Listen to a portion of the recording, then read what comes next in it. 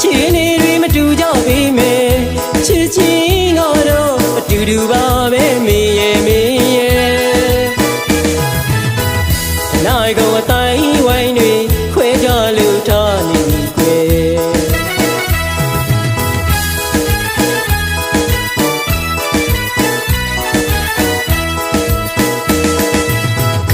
နေကိုချစ်တော့လေဆွေမျိုးတိုင်းဝိုင်းကုန်တနာကြောင့်တော့ခပ်ပြီးချင်းနဲ့